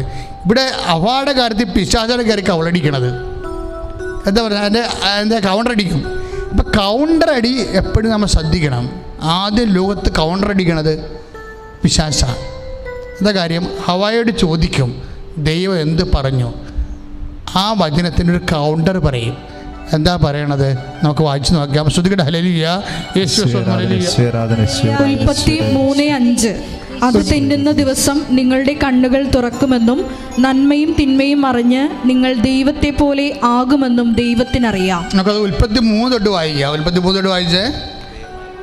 ദൈവമായ കർത്താവ് സൃഷ്ടിച്ച എല്ലാ വന്യജീവികളിലും വെച്ച് കൗശലമേറിയതായിരുന്നു സർപ്പം. അത് സ്ത്രീയോട് ചോദിച്ചു, തോട്ടത്തിലെ ഒരു വൃക്ഷത്തിൻ്റെയും ഫലം തിന്നരുതെന്ന് ദൈവം കൽപ്പിച്ചിട്ടുണ്ടോ? സ്ത്രീ സർപ്പത്തോട് പറഞ്ഞു, തോട്ടത്തിലെ വൃക്ഷങ്ങളുടെ പഴങ്ങൾ ഞങ്ങൾക്ക് ഭക്ഷിക്കാം, എന്നാൽ തോട്ടത്തിൻ്റെ നടുവിലുള്ള മരത്തിൻ്റെ പഴം ഭക്ഷിക്കുകയോ തൊടുക പോലുമോ അരുത്. ഇതാണ് വചനം. അടുത്ത ഇനി കൗണ്ടർ ഉണ്ടോ അതിൻ്റെ? ഭക്ഷിച്ചാൽ നിങ്ങൾ മരിക്കും എന്ന് ദൈവം പറഞ്ഞിട്ടുണ്ട്. സർപ്പം സ്ത്രീയോട് പറഞ്ഞു, നിങ്ങൾ മരിക്കുകയില്ല. അതാണ് കൗണ്ടർ. എല്ലാ ദൈവവചനത്തിനും അതിൻ്റെ ബദൽ വചനങ്ങളുണ്ട്. ഈ ബദൽ വചനങ്ങൾ എടുക്കുന്നോ ദൈവവചനം എടുക്കുന്നോ അനുസരിച്ചാണ് നമ്മൾ വിശ്വാസിയോ അവിശ്വാസിയോ ആകുന്നത്. എല്ലാ വചനങ്ങളും ഉണ്ട്, അതിൻ്റെ ബദൽ വചനമുണ്ട്, കൗണ്ടറുണ്ട്. ഇങ്ങനെ എല്ലാ മേഖലകളിലും ഉണ്ട് അതിൻ്റെ. എന്നിട്ട് നമ്മൾക്ക് ഉണ്ടാകുന്ന ഓപ്ഷൻ പണ്ട് മുതലേ ഉള്ള നിയമാവർത്തനം നമ്മൾ വായിക്കുമ്പോഴേ 15-30 വായിക്കത്തില്ലേ? എന്താ പറയുന്നത്? ഇതാ ഞാൻ നന്മയും തിന്മയും വെള്ളവും തീയും നിൻ്റെ മുമ്പിൽ വെച്ചിരിക്കുന്നു, നിനക്കിഷ്ടമുള്ളത് തിരഞ്ഞെടുക്കാം. അപ്പം ഇത് ദൈവം വെക്കുന്നത് തന്നെയാണ് പിശാചിനെയും. അതാണ് പ്രശ്നം. അത് മനസ്സിലാക്കാനുള്ള ബോധം നമുക്ക് ഉണ്ടാകണം. അതായത് ശ്രുതികട്ടെ. ഹല്ലേലൂയ, യേശുവേ സ്തോത്രം. ഹല്ലേലൂയ. നിയമാവർത്തനം 30:15 വായിച്ചോളൂ. ഇതാ ഇന്ന് ഞാൻ നിന്റെ മുൻപിൽ ജീവനും നന്മയും മരണവും തിന്മയും വെച്ചിരിക്കുന്നു. അപ്പോഴിതാ സംഭവം, ജീവനും വെച്ചിട്ടുണ്ട്, നന്മയും വെച്ചിട്ടുണ്ട് ഒരു സൈഡിലെ. അടുത്ത സൈഡിൽ എന്താണ്? മരണവും തിന്മയും വെച്ചിട്ടുണ്ട്, ബദൽ വെച്ചിട്ടുണ്ട്. ഇപ്പോൾ വചനം വെക്കണതും ബദൽ വചനം വെക്കണതും ആരാണ്? ദൈവം തന്നെയാണ്. അത് ബോധം, ഈ പരിശുദ്ധാത്മാവിൻ്റെ ജ്ഞാനം ഉണ്ടെങ്കിൽ അത് മനസ്സിലാകത്തുള്ളൂ. അല്ല പിശാച് ദൈവത്തിനെതിരെ പോരാടുന്നെന്ന് പറയുമ്പോഴും ഈ പിശാചിനെ സൃഷ്ടിച്ചിരിക്കുന്നത് ആരാ? ദൈവമാണ്. സംശയം എന്താ? അപ്പോഴേ ഈ ബദൽ വചനം വരുമ്പോഴേ നമ്മളെ സംബന്ധിച്ചിടത്തോളം ഈ രണ്ട് സംഭവം ഒരുമിച്ച് നിയമാർത്ഥനം 30:15 വരുമ്പോൾ ഒരുമിച്ച് വരികയാണ്. അപ്പോൾ നമ്മുടെ ഓപ്ഷൻ നമ്മുടെ മുമ്പിലാണ്. എന്താണ്? ഇതാ ഞാൻ നന്മയും ജീവനും തിന്മയും മരണവും നിൻ്റെ മുമ്പിൽ വെച്ചിരിക്കുന്നു, നിനക്കിഷ്ടമുള്ളത് തിരഞ്ഞെടുക്കാം. അവിടെയാണ് ആദും ഹവ്വായും പണിമേടിക്കുന്നത്.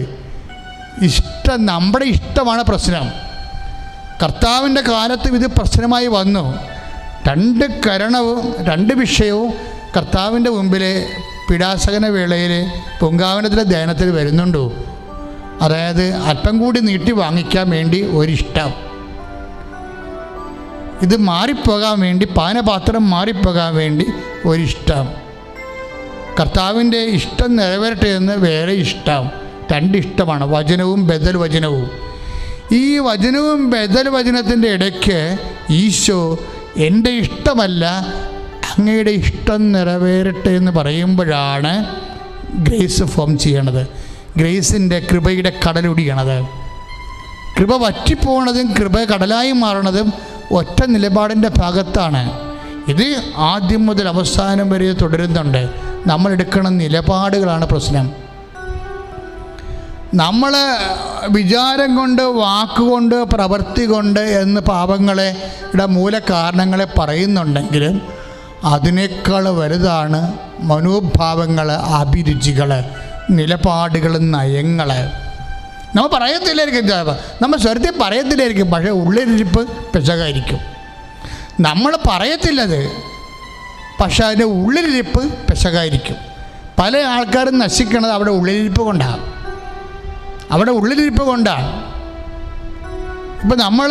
ഇപ്പോൾ ഒരാൾ ഇപ്പോൾ ആങ്ങളെ ഗൾഫിൽ നിന്ന് വന്നു. അപ്പോൾ ഒരു ഡ്രസ്സ് എടുക്കുന്ന കൂട്ടത്തിൽ ആദ്യം എടുത്ത് അമ്മുവിന് ഡ്രസ്സ് കൊടുത്ത്. അപ്പോൾ അമ്മ പറയണേ എനിക്ക് വേണ്ട, എനിക്കിപ്പോൾ വേണ്ട എന്ന് പറയും. അപ്പോൾ നമ്മളെടുക്കും അമ്മ എന്തൊരു ആശയടക്കമുള്ള കൊച്ചാണ്, പക്ഷേ അല്ല, അവളുടെ ഉള്ളിലിപ്പോൾ എന്താ? ഈ ഡ്രസ്സ് വാങ്ങിച്ചിട്ട് അവൾ ഉദ്ദേശിക്കുന്നത് ചിലപ്പോൾ 10,000 രൂപയായിരിക്കും. അത് ചുമ്മാ കൊണ്ടുപോയി 4,000 രൂപ 2,000 രൂപ കളയേണ്ട കാര്യമില്ല. ഉള്ളിലിപ്പോൾ അവിടുത്തെ പ്രശ്നം. അവസാനം എന്നാ പറയും, ഇവൾക്ക് 10,000 കിട്ടത്തില്ല, കിട്ടാനുള്ള ഉടുപ്പും പോയി, അത് കണ്ടാൽ കൊണ്ടുപോകും. അപ്പോൾ ഇവൾ ഫൈറ്റിന് വരും. അപ്പോൾ എന്താ പറയുക, അപ്പം നന്മയാണെന്ന് നമുക്ക് തോന്നും, പക്ഷേ ഉള്ളിലിരിപ്പ് ഭയങ്കര പൊളിയായിരിക്കും. അപ്പം മനുഷ്യൻ പണി മേടിക്കണ എപ്പോഴാണ്? എന്താണ്? ഉള്ളിലിരിപ്പ് കൊണ്ടാണ്. അതായത് നിലപാടുകൾ, മനോഭാവങ്ങൾ, അഭിരുചികൾ. ഈ അഭിരുചികൾ ദൈവത്തെ അംഗീകരിക്കുന്നത് പോരായ്മയായി കരുതുന്ന അഭിരുചിയാണ് നിനക്കുള്ളത്. ദൈവത്തെ അംഗീകരിക്കുന്നത് പോരായ്മയായി കരുതി, നമുക്കറിയാമല്ലോ, ദൈവത്തെ അംഗീകരിക്കുന്നത് പോരായ്മയെ കരുതിയാൽ നമ്മൾ വേറെ ആരെങ്കിലും അംഗീകരിക്കുന്നുണ്ടാകും. അതാണ് പ്രശ്നം. ദൈവത്തെ അംഗീകരിക്കണം. ഇപ്പം നിൻ്റെ വചനം, നീ തെറ്റായ പ്രണയബന്ധത്തിലാണ്, അല്ലെ നീ ഒരു തെറ്റായ കല്യാണം കഴിച്ചിരിക്കുകയാണ്. അപ്പോൾ നിന്നോട് ഞങ്ങളിവിടെ വരുമ്പോൾ ഞങ്ങൾ ചോദിക്കും, ഇത് കൂദാശ ചെയ്യണില്ലേ? അപ്പോൾ ഇവൾക്ക് കൂദാശ ചെയ്യണില്ലേ എന്ന് ചോദിക്കുമ്പോൾ അവൾ പറഞ്ഞ അവൾ ചമ്മി അല്ലെങ്കിൽ പറഞ്ഞ ചെയ്യണം. അപ്പോൾ അച്ഛാ, അങ്ങേർക്ക് ആദ്യമൊക്കെ അങ്ങേര് സമ്മതിക്കുമായിരുന്നു, ഇപ്പം സമ്മതിക്കണില്ലെന്ന് ആയിരിക്കും ചിലപ്പോൾ എന്നോട് പറയണത്. പക്ഷെ പരിശുദ്ധാത്മാവ് എന്നോട് പറയും. എന്താ പറയണത്? ഇവള് അവൻ്റെ ജോലി, അതുപോലെ തന്നെ അവൻ്റെ സൗന്ദര്യം കണ്ടിട്ട് ഇവൾ വിശ്വാസം പണയം വെച്ചവളാണ്. അവൻ പറഞ്ഞിട്ട് പോലും അവൻ്റെ വിശ്വാസ കാര്യത്തിൽ താല്പര്യമില്ലാതെ ഇവൾ സൗന്ദര്യത്തിനും പണത്തിനും ജോലിക്കും പ്രാധാന്യം കൊടുത്താണ് വിശ്വാസം നഷ്ടപ്പെടുത്തിയത്. എന്താ പ്രശ്നം വെച്ച് കഴിഞ്ഞാൽ, ഇങ്ങനെ പോകുന്ന പല പിഴച്ച പെണ്ണുങ്ങളും അവർ കാരണമാണ് ഭർത്താവ് വിശ്വാസം സ്വീകരിക്കാത്തത്. പക്ഷേ എങ്ങനെ പറയാൻ കാര്യം വെച്ച് കഴിഞ്ഞാൽ, ഒത്തിരി പേര് വിശ്വാസം സ്വീകരിച്ചവരുണ്ട് ഈ കൂട്ടത്തിൽ. അവരെന്താ കാര്യം? അവർ ജീവിത പങ്കാളി പറയുന്ന കാര്യങ്ങൾ പ്രാർത്ഥിച്ച് കർക്കശത്തിൽ കണ്ണീരോടെ കർത്താവിൻ്റെ മുമ്പിൽ നിൽക്കുമ്പോൾ സത്യമായ കാര്യങ്ങൾ എന്ത് ചോദിച്ചാലും ദൈവം നമുക്ക് തരും. അപ്പോൾ അവർ ചോദിക്കേണ്ട പോലെ ചോദിക്കാത്തത് കൊണ്ടാണ് അവരുടെ ജീവിത പങ്കാളിയും കുഞ്ഞുങ്ങളും കർത്താവിനെ അറിയാതെ ഇന്ന് ജീവിക്കണതെങ്കിൽ അവരുടെ ആത്മാവും നിൻ്റെ ആത്മാവും നഷ്ടപ്പെടുന്നതിനെല്ലാം പരിഹാരം ചെയ്യേണ്ടി വരുന്നത് ആരാണ്? നീ ഒരാളാണ് ശരിക്കും. എന്താ അവിടെ തെറ്റ് സംഭവിച്ചത്? ദൈവത്തെ അംഗീകരിക്കുന്നത് പോരായ്മയെ കരുതിനാൽ ഭർത്താവിൻ്റെ ജോലിയും വിവാഹവും ഭർത്താവിൻ്റെ ജോലിയും അവൻ്റെ കുടുംബവും ഒക്കെ വലിയ കാര്യമായിട്ട് കണ്ടു. കാര്യം അധമവികാരമായി ദൈവത്തെ അംഗീകരിക്കണ പോരായ്മയെ കരുതിയാൽ ഓട്ടോമാറ്റിക്കായി അധമവികാരവും അനുചിതമായ പ്രവൃത്തികളും വരും. 5 വർഷമായിട്ടും കുഞ്ഞുങ്ങളില്ല. അപ്പോൾ എന്താണ് നമ്മൾ ചോദിക്കുമ്പോൾ നേരെ അച്ഛാ ആദ്യമൊക്കെ ഞങ്ങൾക്ക് കുഞ്ഞുങ്ങൾ വേണ്ട എന്ന് തോന്നിയായിരുന്നു. അപ്പോൾ എന്താ ഇവർ കോൺട്രാസെപ്ഷൻസൊക്കെ ഉപയോഗിച്ച് ജീവിക്കുകയാണ്. പ്രസവം നടന്നു കഴിഞ്ഞാൽ ഉടനെ വയറ് ചാടും ചന്ത് ചാടും എന്നൊക്കെ പറഞ്ഞുകൊണ്ട് നാട്ടുകാരുടെ മുമ്പിൽ ഒതുങ്ങിയ സ്ത്രീയായിട്ട് കാണപ്പെടാൻ വേണ്ടി ദൈവത്തെ അവർ അംഗീകരിച്ചില്ല. ദൈവത്തെ അംഗീകരിക്കണ പോരായ്മയെ കരുതിയാൽ അവർ കോൺട്രാസെപ്ഷൻസ് ഉപയോഗിക്കുകയാണ്. എന്താ സംഭവിച്ചിരിക്കുന്നത്? ഗർഭനിരോധന മാർഗങ്ങൾ ഉപയോഗിക്കുകയാണ്. അതാണ് അധമം. അതാണ് റോമ 1:28 പറയണത്. ദൈവത്തെ അംഗീകരിക്കേണ്ടത് പോരായ്മയെ തോന്നിയതിനാൽ അവർക്ക് അധമ വികാരങ്ങളുണ്ടായി. പിന്നെന്താണ്? അനുചിതമായ പ്രവൃത്തികളും ഉണ്ടായി. ഇതിവിടെ കൊണ്ട് അവസാനിക്കത്തില്ല. കാര്യം അമ്മ മാതാവിനെ നേരിട്ട് 2 പ്രാവശ്യം കണ്ട ആളാണ് ഞാൻ. നിങ്ങൾക്കൊക്കെ തോന്നണം എന്താ വെച്ചാൽ ഇപ്പോൾ അച്ഛനായാലും കന്യാസ്ത്രീയായാലും അതുപോലെ തന്നെ നാട്ടുകാരായാലും ആരായാലും ഈ ദൈവികമായ കാര്യങ്ങൾ അഴകുഴമ്പം നിലപാടെടുക്കുന്നവർ ഓർക്കുക, they are not feeling God. അവർ ദൈവത്തെ അനുഭവിക്കണില്ല. അവരതിന് പകരം വേറെ എന്തോ കാര്യങ്ങളൊക്കെയാണ് ആനക്കാര്യമായിട്ട് കാണുന്നത്. അതാണ് പൗലോസ് പറയണത്. ദൈവത്തെ അംഗീകരിക്കുന്ന പോരായ്മയെ കരുതിയതിനാൽ അവർക്ക് അധമ വികാരങ്ങൾ കേൾപ്പിച്ചു കൊടുത്തു. പ്രാർത്ഥിക്കുക, കർത്താവേ ആത്മാവിനെ അയക്കണമേ, അങ്ങയെ അംഗീകരിച്ചുകൊണ്ട് അങ്ങയ്ക്ക് വേണ്ടി ജീവിക്കാൻ, ലോകത്തോട് വിട പറയുവാൻ എന്നെ അനുഭവിക്കണമേ, എന്നെ അനുവദിക്കണമേ, എന്നെ അനുഗ്രഹിക്കണമേ.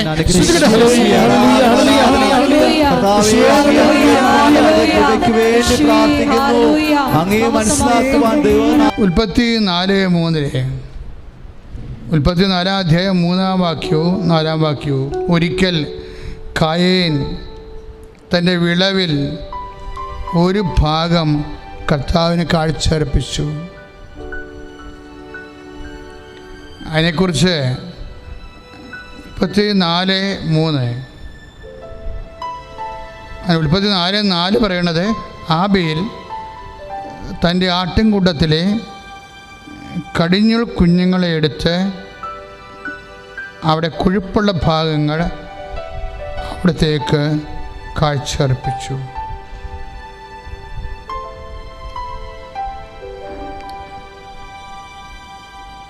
ഈ 2 കക്ഷികളും എന്താ ചെയ്യണത്? ഒരാൾ കാഴ്ചയർപ്പിക്കുന്നത് ഏറ്റവും നല്ല കടിഞ്ഞൂൽ കൊറ്റന്മാരെ എടുത്തിട്ട് അതിൻ്റെ കൊഴുപ്പ് ദൈവത്തെ അംഗീകരിച്ചുകൊണ്ടാണ് അവൻ ബലിയർപ്പിക്കുന്നത്. ആബേൽ. കായേൻ പക്ഷേ അത്ര കണ്ട് അംഗീകാരം ഇല്ലാത്ത രീതിയിൽ അതിൻ്റെ ഒരു ഭാഗം എടുത്ത് സാധാരണ ലെവലിൽ. പക്ഷേ എന്താ പ്രശ്നം വെച്ചാൽ കായേൻ്റെ ബലി എന്താ കുഴപ്പമുണ്ട്? എന്താ കുഴപ്പം? ശ്രുതികടെ ഹല്ലേലൂയ.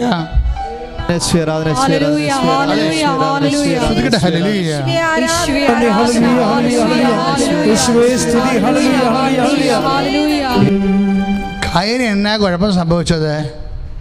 കാര്യം നമ്മൾ റോമ 1:20 കണ്ടായിരുന്നു, ദൈവത്തെ അംഗീകരിക്കുന്നത് പോരായ്മയെ കരുതിയതിനാൽ അവനെ അധമ വികാരങ്ങൾക്കും അനുചിതമായ പ്രവൃത്തികൾക്ക് ഏൽപ്പിച്ചു. കായൻ ദൈവത്തെ അംഗീകരിച്ചിട്ടില്ല. കായൻ്റെ പാപം അതാണ്. എന്നാ കൊടുത്തു എന്നല്ല പ്രശ്നം. ദൈവം ഇപ്പം ചില പറയും കായൻ വെജിറ്റബിളാണ് ദൈവത്തിന് കാഴ്ചവെച്ചത്, അത് ചീഞ്ഞതാണെന്ന്. അങ്ങനെയൊന്നും ബൈബിളില്ല. എന്താ പ്രശ്നം വെച്ചാൽ അവന് എന്താ കുഴപ്പം പറ്റി? എന്താ കാര്യം?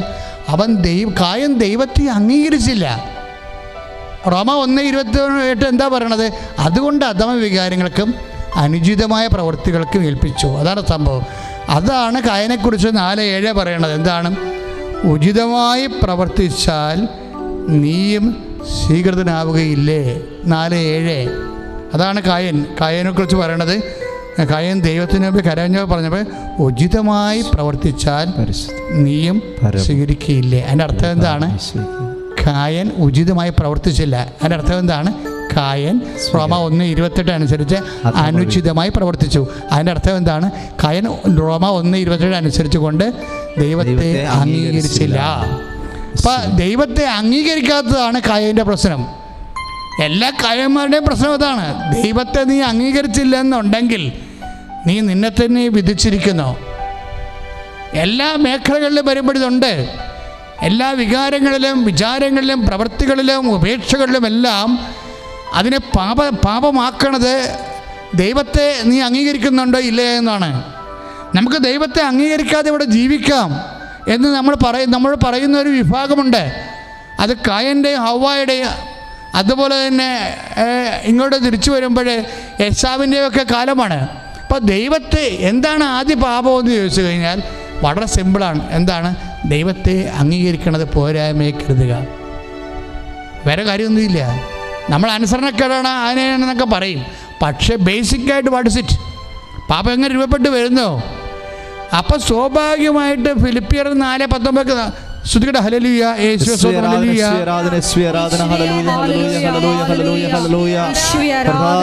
അംഗീകരിക്കുവാനുള്ള വലിയ കൃപ ഞങ്ങൾക്ക് തന്നെ അനുഗ്രഹിക്കണമേ.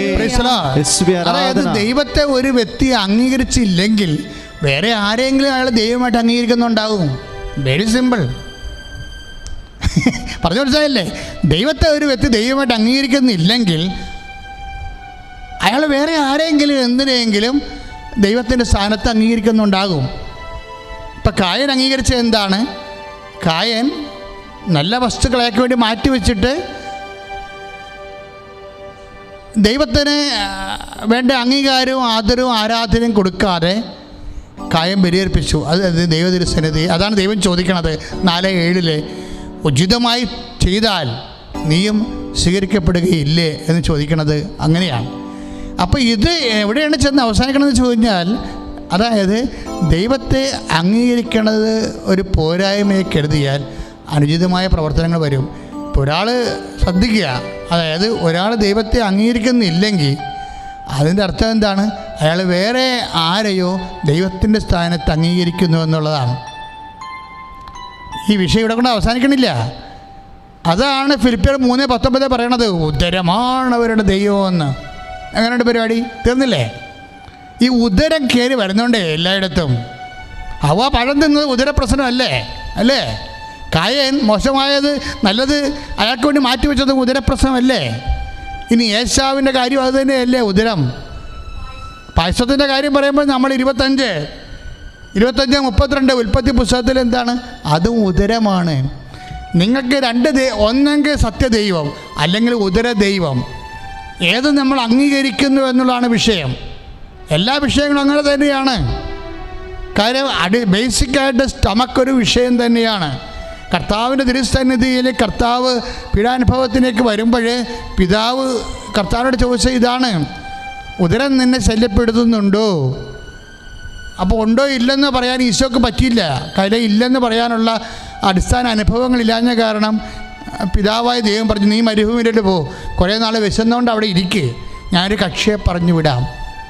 അതാണ് സംഭവം. കക്ഷിയെ പറഞ്ഞു വിടുകയാണേ. എന്നിട്ട് ചോദിക്കും, ഈ കല്ലുകളെ അപ്പമാക്കാൻ കൽപ്പിക്കുമോ? ഉദരമാണ് ദൈവമെന്ന്. ആ ഉദരമെന്ന് പറഞ്ഞാൽ ഇങ്ങനെ ആദ്യ പാപം തൊട്ട് അതിന് പാപത്തിന് പരിഹാരം ചെയ്യാമെന്ന യേശുവിൻ്റെ കാലം വരെ ഉദരം എന്ന് വെച്ച് കഴിഞ്ഞാൽ ശരീരത്തോട് ബന്ധപ്പെട്ട എല്ലാം എന്നതിൻ്റെ അർത്ഥം.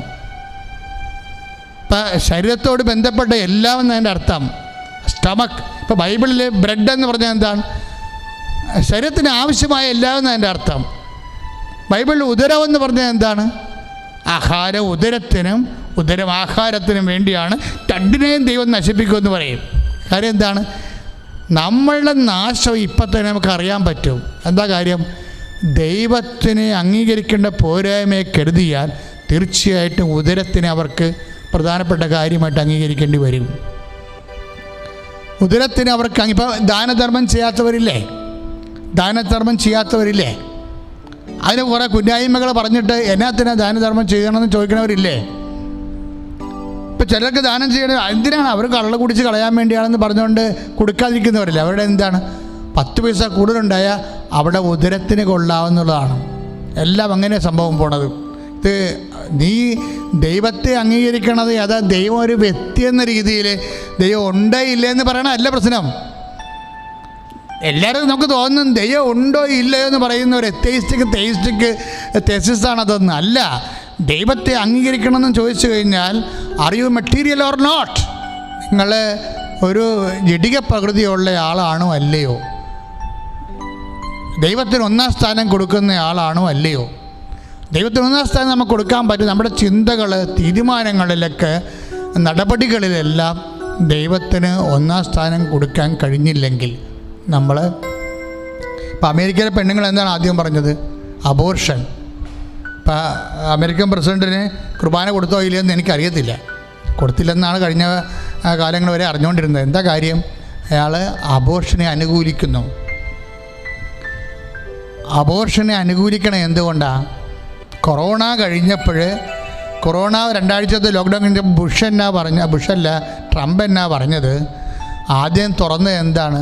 കേരളത്തിൽ തുറന്നത് ബാറാണ്, പക്ഷെ അമേരിക്ക തുറന്നത് എന്താണ്?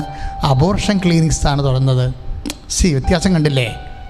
ഒന്ന് വെള്ളമടി, മറ്റത് വ്യഭിചാരം. 2 രാജ്യങ്ങൾ. ഇതാണ് സംഭവം. ദൈവത്തെ അംഗീകരിക്കുന്നത് പോരായ്മയെ കരുതുന്ന മനുഷ്യൻ ചെയ്യുന്ന കാര്യങ്ങളാണിത്. അപ്പോൾ അമേരിക്കൻ പെണ്ണുങ്ങൾ എന്നാ പറയണത്? അല്ലെങ്കിൽ അബോർഷൻ ചെയ്യുന്ന പെണ്ണുങ്ങൾ, അവരുടെ കൂടെ പോകുന്ന പെണ്ണുങ്ങൾ എന്നാ പറയണത്? My body is my right. എൻ്റെ ശരീരം എൻ്റെ അവകാശമാണെന്നാണ്. എൻ്റെ ശരീരം എൻ്റെ അവകാശമാണ്. അവിടെ എനിക്കിഷ്ടമുള്ളത് ചെയ്യാം, എനിക്കിഷ്ടമുള്ളത് ചെയ്യാം. അപ്പോൾ അവിടെ ദൈവത്തെ അവർ അംഗീകരിക്കുന്നില്ല. അപ്പോൾ ദൈവത്തെ അംഗീകരിക്കുന്നത് പോരായ്മയായി അവർ കരുതുകയാണ്. ഇതുതന്നെയാണ് ഓരോ കേസുകളും വരണത്. ദൈവത്തെ അംഗീകരിക്കുന്നവർ നിത്യതയെ അംഗീകരിക്കേണ്ടി വരും. അപ്പോൾ ദൈവത്തെ അംഗീകരിക്കണില്ലെങ്കിൽ നിത്യതയും അംഗീകരിക്കുന്നില്ല. പിന്നെ എന്താണ് അവർ അംഗീകരിക്കണത്? ഈ ജീവിതം മാത്രമേ ഉള്ളൂ, ഈ ജീവിതം മാത്രമേ ഉള്ളൂ എന്ന് പറഞ്ഞിട്ടാണ് പൗലോസ് ഫിലിപ്പിയർ 3:20 പറയണത്, ഉദരമാണ് അവരുടെ ദൈവം. ദൈവം ഉദരത്തെയും നശിപ്പിക്കും, ശരീരത്തെയും നശിപ്പിക്കുമെന്നാണ്. കാരണം നിത്യതയിലൊന്നും നിലനിൽക്കുന്നില്ലല്ലോ. അപ്പം നമ്മളുടെ ഒരു കർത്താവ് വിശ്വാസമെന്ന് പറയണത് ഒരു നിലപാടാണ്. ഇപ്പം ഞാൻ എന്ന് പറഞ്ഞില്ലേ, റോമ 3:8 എന്താ പറഞ്ഞത്? വചനം നിങ്ങളുടെ അധരത്തിലുണ്ട്. പറഞ്ഞിട്ട് കാര്യമില്ല. പക്ഷേ 3:9 വർക്കൗട്ട് ചെയ്യണം. എന്താണ്? യേശു കർത്താവാണെന്ന് അധരം കൊണ്ട് ഏറ്റു പറയണം. എന്ന് പറഞ്ഞാൽ എന്താണ്? അംഗീകരിക്കണം. ആരംഗീകരിക്കണം? യേശുവിനെ കർത്താവായിട്ട് അംഗീകരിക്കണം. പ്രാർത്ഥിക്കുക, കർത്താവേ, യേശുവിനെ കർത്താവായി അംഗീകരിച്ച് ദൈവം അവനെ മരിച്ചവരിൽ നിന്ന് ഉയർപ്പിച്ചുവെന്ന് വിശ്വസിച്ചുകൊണ്ട് എന്നെ ഉയർപ്പിൽ വിശ്വസിക്കുന്നവൻ നിത്യതയിലെ എന്നോടുകൂടി വാഴുമെന്ന് പറഞ്ഞ നിത്യ ജീവിതത്തെ അംഗീകരിച്ചുകൊണ്ട് ജീവിക്കുവാൻ എനിക്ക് ആന്തരികമായ ബോധ്യങ്ങൾ നൽകണമേ.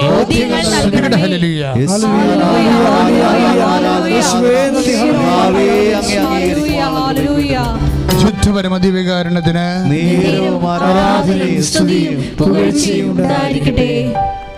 നിമിഷം മൗനമായി നമ്മൾ രോഗസൗഖ്യ പ്രാർത്ഥനയിലേക്ക് പ്രവേശിക്കുകയാണ്.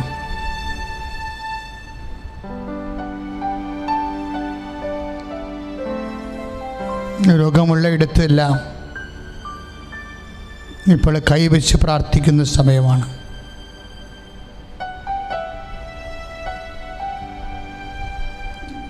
ഉദരരോഗമുള്ളവർ അടിവയറ്റ് കൈവെക്കുന്നു.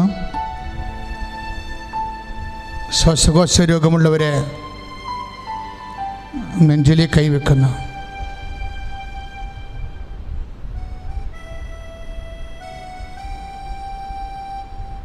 തൊണ്ട രോഗമുള്ളവരെ തൊണ്ടയിൽ കൈവെക്കുന്നു. ശിരസംബന്ധമായ രോഗമുള്ളവർ നെറ്റിയിൽ കൈവെക്കണം. കണ്ണിന് കാഴ്ചക്കുറവുള്ളവർ, ഡബ്ല്യു വിഷനൊക്കെ ഉള്ളവർ കണ്ണടയൊക്കെ മാറ്റിയിട്ട് കണ്ണിനെ കൈവച്ച് പ്രാർത്ഥിക്കണം.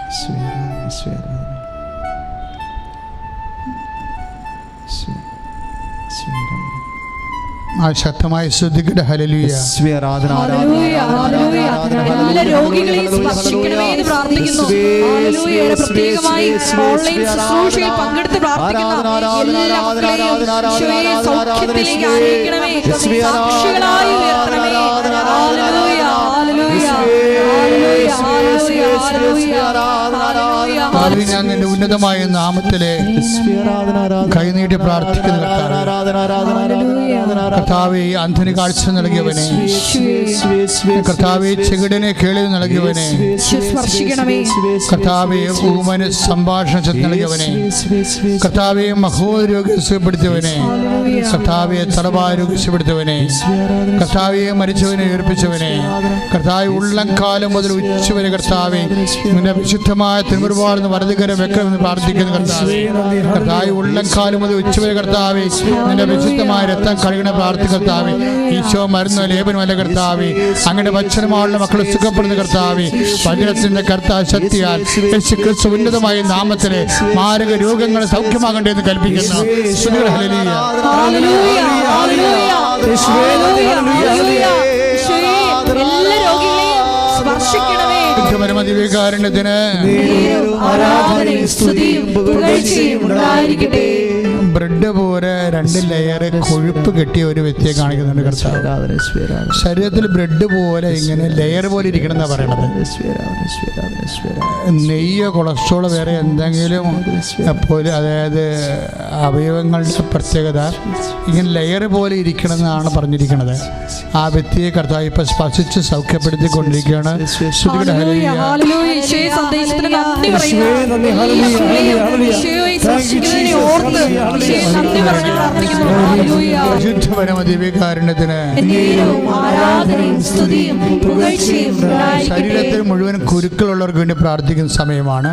അതുപോലെ ഡബിൾ മുണ്ടെടുക്കും, പ്രായമുണ്ട്, വെളുത്ത ശരീരമാണ്, പൊക്കമുണ്ട്, കോലച്ച ശരീരമാണ്, സ്ലിമായിട്ടുള്ള ആളാണ്, എപ്പോഴും വൈറ്റാണ് ഉപയോഗിക്കുന്നത്, ബ്ലാക്ക് ആയിട്ടുള്ള ഷൂസ് ഉപയോഗിക്കുന്നു, മുണ്ടിൻ്റെ കൂടെ ഷൂസാണ് ഉപയോഗിക്കുന്നത്. ഇടത് കാലിന് ഉപ്പ് കുറ്റിക്ക് വേദനയും അത് ഗൂഢമായ ചില രോഗങ്ങളുണ്ട്. ആ വ്യക്തിക്ക് വേണ്ടി പ്രാർത്ഥിക്കാൻ ഈശോ ആവശ്യപ്പെടുന്നുണ്ട്. നമുക്ക് പ്രാർത്ഥിക്കാം. അതുപോലെയുള്ള എല്ലാ വ്യക്തികളും ഇതുപോലെ കാലിന് വേദനയുള്ള, നടക്കാൻ പറ്റണില്ല, യാത്ര മുടങ്ങിയിരിക്കുന്ന വ്യക്തികളെ ഇപ്പൊ പ്രാർത്ഥിക്കുന്ന കർത്താവെ, കാലിന് കർത്താവെ വേദന ഉള്ളവരെ സമർപ്പിച്ചുകൊണ്ട് പ്രാർത്ഥിക്കുന്ന ഈശോയെ, അസ്ഥി ഉന്തിയവരെ, അസ്ഥി വളരുന്നവരെ, അസ്ഥി കർത്താവെ തേയ്മാനമുള്ളവരെ, നടക്കാൻ പറ്റാത്തവരെ, ഈശോ അങ്ങനെയുള്ള എല്ലാ കാലുകളെയും കർത്താവെ യേശുവിന്റെ ഉന്നതമായ നാമത്തിൽ സഭയുടെ അധികാരത്തിൽ ക്രൂശിന്റെ അടയാള ദൈവശക്തിയാൽ സൗഖ്യമാകേണ്ടത് പ്രാർത്ഥിക്കുന്ന ഇടച്ചു നിൽക്കുന്നവരെ കാണിക്കുന്നുണ്ട് ഈശോ. അതുപോലെ തന്നെ ദശ വളരുന്നവരെ ശരീരത്തിന് വ്യത്യാസമായ ഭാഗങ്ങളിൽ ദശ വളരുന്നവർ, അത് തന്നെ സിസ്റ്റ് ഉള്ളവരെ, മുഴയുള്ളവരെ, അവർക്ക് വേണ്ടി പ്രാർത്ഥിക്കേണ്ട സമയമാണ്. അവരെ കർത്താവ് സൗഖ്യപ്പെടുത്തുന്ന സമയമാണ്. അച്ഛനോട് ചേർന്ന് പ്രാർത്ഥിക്കുക. ഇപ്പോഴേറ്റ് പ്രാർത്ഥിക്കുക. കർത്താവേ, ഇപ്പോൾ ദർശനത്തിൽ കാണിച്ച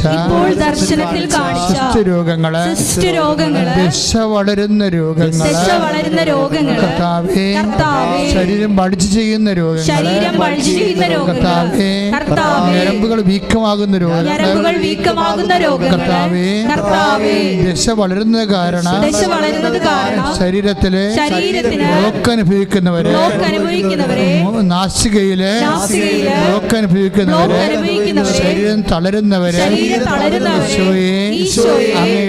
അങ്ങയുടെ വിശുദ്ധമായ രക്തത്താൽ അങ്ങ് കഴുകണമേ. വെള്ളം കാലു മുതൽ ഉച്ചവരെ യേശുനാമത്തിൽ സൗഖ്യമാകട്ടെ.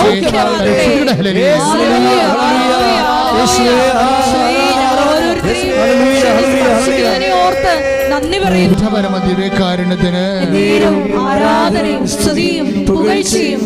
കഴുത്തിന് കൈവച്ചുകൊണ്ട് പ്രാർത്ഥിക്കേണ്ട സമയമാണ്. കഴുത്തിന് വേദനയുള്ളവരെ, കഴുത്തിലൂടെ പോകുന്ന ഞരമ്പുകൾക്കും അന്നനാളങ്ങൾക്കും തൊണ്ടയ്ക്കും എല്ലാം വീക്കമുള്ളവര്, ഇൻഫെക്ഷൻ ഉള്ളവര്, അവിടെ എന്തെങ്കിലും ബ്ലോക്കുകളോ തടസ്സങ്ങളോ ഉള്ളവര്, അവിടെ ക്യാൻസർ ഉള്ളവരൊക്കെ എല്ലാം സമർപ്പിച്ചുകൊണ്ട് പ്രാർത്ഥിക്കേണ്ട. കർത്താവേ, ഇപ്പോഴും കഴുത്തിൽ സമർപ്പിച്ചുകൊണ്ട് സ്പർശിച്ചുകൊണ്ട് പ്രാർത്ഥിക്കുന്നവരെ, അത്താറെ സമർപ്പിക്കുന്ന കർത്താവ് അവർക്ക് പൂർണ്ണമായി സൗഖ്യപ്പെട്ട് ഇവിടെ വന്ന് സാക്ഷ്യം പറയാൻ കർത്താവിൻ്റെ കരുണ അവരിലേക്ക് ആവസിക്കട്ടെ.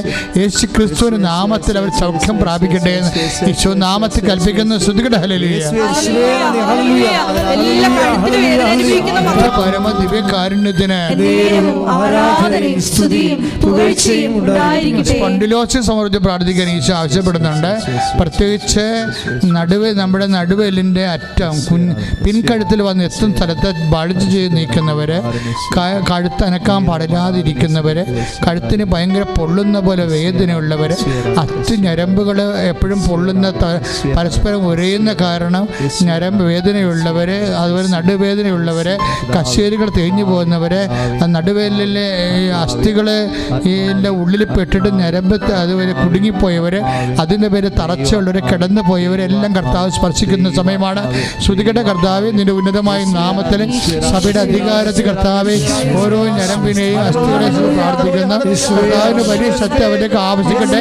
എൻ്റെ കർത്താവിൻ്റെ ഉന്നതമായ നാമത്തിൽ ഈശോ നിന്റെ തിരുമുറുവാറുന്ന വലതുകരം അമ്മേ പരിശുദ്ധമേ ജയമാതാവേ, അമ്മ ഓരോ രോഗികളെ സ്പർശിക്കുന്ന പോലെ കർത്താവേ ഈ വ്യക്തികളെ സ്പർശിക്കണമേ. ഞരമ്പ് കുടുങ്ങിപ്പോയവരെ, ഞരമ്പ് അടഞ്ഞു പോയവരെ, ഞരമ്പ് ബ്ലോക്ക് ചെയ്തവരെ, ജാമായി പോയവരെ യേശുക്രിസ്തുവിന്റെ ഉന്നതമായ നാമത്തില് മാരക രോഗങ്ങള് ഈ നിമിഷം സൗഖ്യമാകട്ടെ. ശ്വാസകോശ രോഗികളെ പ്രാർത്ഥിക്കുന്ന സമയമാണ്.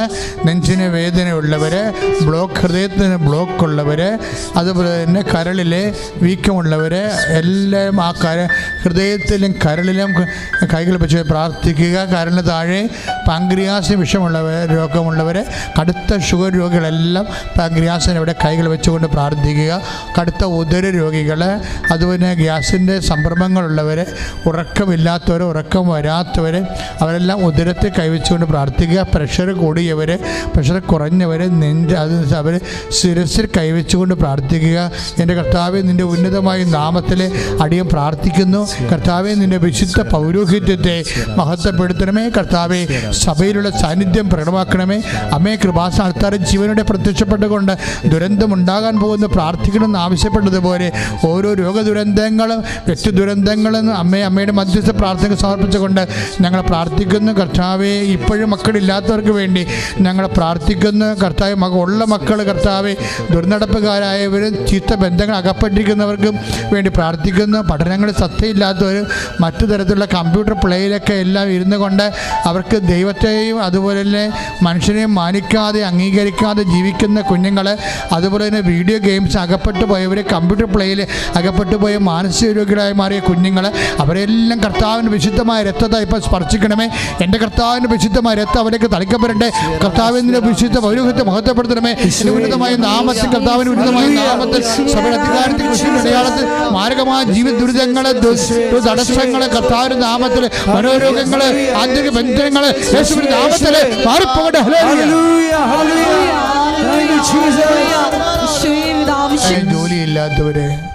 ജോലിയില്ലാത്തവര് അവർ തന്നെ പരീക്ഷ കഴിഞ്ഞ് ഒത്തിരിയേറെ A+കാർ 8, 9, 10 A+ കിട്ടിയ ആൾക്കാരുണ്ട്. പക്ഷെ ഒത്തിരി പേര് ഗവൺമെൻറ് A+ കൊടുത്ത് വിജയിപ്പിച്ചിട്ടുണ്ട്. ഈ കൊറോണ കാലത്ത് ഒരു കൺസെഷൻ പോലെ ചെയ്തിട്ടുണ്ട്. എത്ര പേർക്ക് അഡ്മിഷൻ കിട്ടുമെന്നൊരു പിടിയില്ല. അപ്പോൾ ഗവൺമെൻറ് തന്നെ ഈ വിഷയത്തിൽ ഭയങ്കര ആശങ്ക ഉള്ളതുപോലെയാണ് നമുക്ക് തോന്നുന്നത്. അതുകൊണ്ട് സ്വാഭാവികമായി പഠിക്കാൻ ആഗ്രഹിക്കുന്ന എല്ലാ കുഞ്ഞുങ്ങൾക്കും പഠിക്കാനുള്ള സൗകര്യം ഉണ്ടാകണം. അവിടെ തീരുമാനങ്ങൾ കറക്റ്റായിരിക്കണം. അവരെടുക്കുന്ന സബ്ജക്റ്റും ഗ്രൂപ്പും എല്ലാം കൃത്യമായിരിക്കണം. അതെല്ലാം പരിശുദ്ധ അമ്മയ്ക്ക് ഏൽപ്പിച്ചുകൊണ്ട് കുഞ്ഞുങ്ങളെ സമർപ്പിച്ചുകൊണ്ട്, അതുപോലെ തന്നെ ഇൻ്റർവ്യൂ ടെസ്റ്റിന് വേണ്ടി കാത്തിരിക്കുന്നവർ, ടെസ്റ്റ് കഴിഞ്ഞവർ, ജോലിക്ക് വേണ്ടി കാത്തിരിക്കുന്നവർ. കഴിഞ്ഞ ദിവസങ്ങളിൽ അമ്മ ചേച്ചി ഇവിടെ സാക്ഷ്യം പറഞ്ഞത്, എൻ്റെ അമ്മ രക്ഷിച്ചു 5 മിനിറ്റ്. ഞാൻ ഉടമ്പടി എടുത്തിട്ട് ജോലിക്ക് വേണ്ടി ഉടമ്പടി എടുത്തതാണ്. എനിക്ക് ജോലി കിട്ടിക്കഴിഞ്ഞപ്പോൾ അവിടുത്തെ മേലാൾ ബോസ് പറഞ്ഞു 5 മിനിറ്റ് താമസിച്ചിരുന്നെങ്കിൽ ഈ ജോലി വേറെ ആൾ കൊണ്ടുപോയണമെന്ന്. പക്ഷേ ഉടമ്പടി എടുത്തു കഴിഞ്ഞ് അവരെ അവർ സാക്ഷ്യപ്പെടുത്തി ഇതാണ്, ഉടമ്പടി എടുത്തു കഴിഞ്ഞപ്പോൾ ആരോ എനിക്കുണ്ട് എന്നുള്ള ബോധ്യമൊക്കെ തോന്നിയെന്നാണ്. ദൈവവേദന ഈ പ്രാർത്ഥനയിൽ പങ്കെടുക്കുന്നവർ കൃപാസ്ഥാനത്താർ ജീവനുടെ പ്രത്യക്ഷപ്പെട്ട പരിശുദ്ധ അമ്മ നിങ്ങൾക്ക് ഉള്ള ആളാണ്. അവർ നിങ്ങളെ സംരക്ഷിക്കും. നിങ്ങളുടെ വിദ്യാഭ്യാസ മേഖലകൾ, തൊഴിൽ മേഖലകൾ, അതുപോലെ തന്നെ വിദേശ ജോലിക്ക് പോകുന്നവർ, വരുന്നവർ, അതിനുവേണ്ടി ഒരുങ്ങുന്നവർ, അതിൻ്റെ പരീക്ഷകൾ, അതിൻ്റെ വിസ, അതുപോലെ തന്നെ OIT പരീക്ഷ പോലുള്ള നൈപുണ്യ പരീക്ഷകൾ, അതുപോലെ തന്നെ യോഗ്യതാ പരീക്ഷകൾ, അങ്ങനെ വ്യത്യസ്തങ്ങളായ വീടില്ലാത്തവർ, ജോലിയില്ലാത്തവർ, കർത്താവ് ജോലി നഷ്ടപ്പെട്ടവർ, വീട് നഷ്ടപ്പെട്ടവർ, വാടക താമസിക്കുന്നവർ, സ്ഥലമില്ലാത്തവർ, കർത്താവ് സാമ്പത്തികമായി തകർന്നവർ, വരുമാന മാർഗം നഷ്ടപ്പെട്ടവർ, അങ്ങനെയുള്ള എല്ലാ മക്കളെയും സമർപ്പിച്ചവർ പ്രാർത്ഥിക്കുന്നു. എൻ്റെ കർത്താവിൻ്റെ ഉന്നതമായ നാമത്തിൽ കൃപാസ്ഥാനത്താര ജീവനോടെ പ്രത്യക്ഷപ്പെട്ട പരിശുദ്ധ അമ്മയുടെ മധ്യസ്ഥത്തിൽ ഇതുപോലുള്ള എല്ലാ മുഴുവൻ ജീവിത ദുരിതങ്ങൾ ഈശോയുടെ നാമത്തിൽ മാറിപ്പോകട്ടെ. ശ്രുതികട്ടെ. ഹല്ലേലൂയ.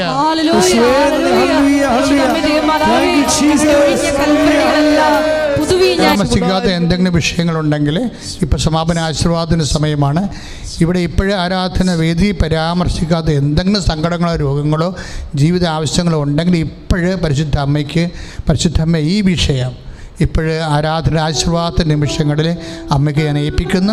ഈ തിരുക്കുമാരനെ ഏൽപ്പിച്ചുകൊണ്ട് കൃപാസനത്താരെ കയറി ഈ വിഷയത്തിന് സാക്ഷ്യം പറയാൻ എന്നെ സഹായിക്കണമെന്ന് പ്രാർത്ഥിച്ചുകൊണ്ട് സമർപ്പിക്കുക.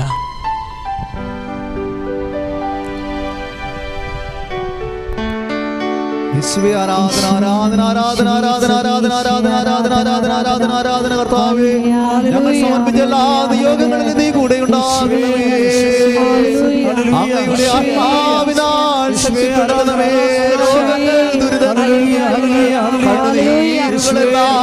ഉടമ്പടി നിയോഗങ്ങളിലേക്കും ശക്തി നിറയണമേ.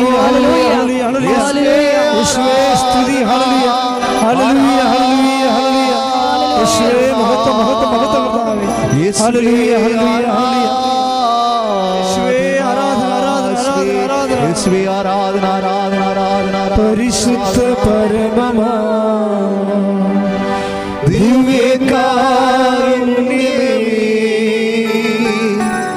എന്നുമെന്നും അങ്ങേക്കാരാധന. പരിശുദ്ധ പരമമാ ദിവ്യകാരുണ്യമേ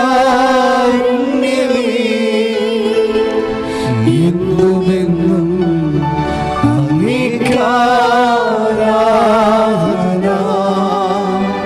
പരിശുദ്ധ പരമമാ ദിവ്യ